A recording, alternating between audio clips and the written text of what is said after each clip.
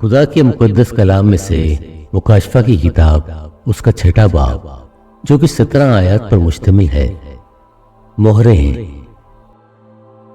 پھر میں نے دیکھا کہ برا نے ان 7 مہروں میں سے ایک کو کھولا اور ان 4 جانداروں میں سے ایک کی گرج کی سی یہ آواز سنی کہ آ، اور میں نے نگاہ کی تو کیا دیکھتا ہوں کہ ایک سفید گھوڑا ہے اور اس کا سوار کمان لیے ہوئے ہے۔ اسے ایک تاج دیا گیا اور وہ فتح کرتا ہوا نکلا تاکہ اور بھی فتح کرے۔ اور جب اس نے دوسری مہر کھولی تو میں نے دوسرے جاندار کو یہ کہتے سنا کہ آ۔ پھر ایک اور گھوڑا نکلا جس کا رنگ لال تھا۔ اس کے سوار کو یہ اختیار دیا گیا کہ زمین پر سے صلہ اٹھا لے تاکہ لوگ ایک دوسرے کو قتل کریں، اور اسے ایک بڑی تلوار دی گئی۔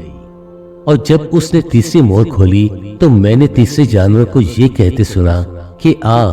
اور میں نے نگاہ کی تو کیا دیکھتا ہوں کہ ایک کالا گھوڑا ہے اور اس کے سوار کے ہاتھ میں ایک ترازو ہے۔ اور میں نے گویا ان 4 جانداروں کے بیچ میں سے یہ آواز آتی سنی کہ گیو دینار کے سیر بھر اور جو دینار کے 3 سیر اور تیل اور مے کا نقصان نہ کر۔ اور جب اس نے چوتھی مہر کھولی تو میں نے چوتھے جاندار کو یہ کہتے سنا کہ آ، میں نے نگاہ کی تو کیا دیکھتا ہوں کہ ایک زرد سا گھوڑا ہے اور اس کے سوار کا نام موت ہے، اور آئین اروا اس کے پیچھے پیچھے ہے، اور ان کو چوتھائی زمین پر یہ اختیار دیا گیا کہ تلوار اور کال اور وبا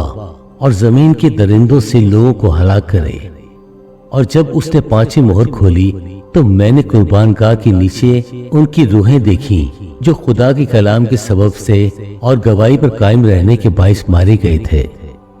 اور وہ بڑی آواز سے چلا کر بولی کہ اے مالک، اے قدوس اور برحق، تو کب تک انصاف نہ کرے گا اور زمین کے رہنے والوں سے ہمارے خون کا بدلہ نہ لے گا؟ اور ان میں سے ہر ایک کو ایک سفید جامہ دیا گیا، اور ان سے کہا گیا کہ اور تھوڑی مدت آرام کرو جب تک کہ تمہارے ہم خدمت اور بھائیوں کا شمار پورا نہ ہو لے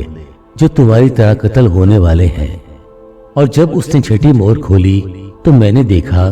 کہ ایک بڑا بونچال آیا اور سورج کمل کی مانند کالا اور سارا چاند خون سا ہو گیا،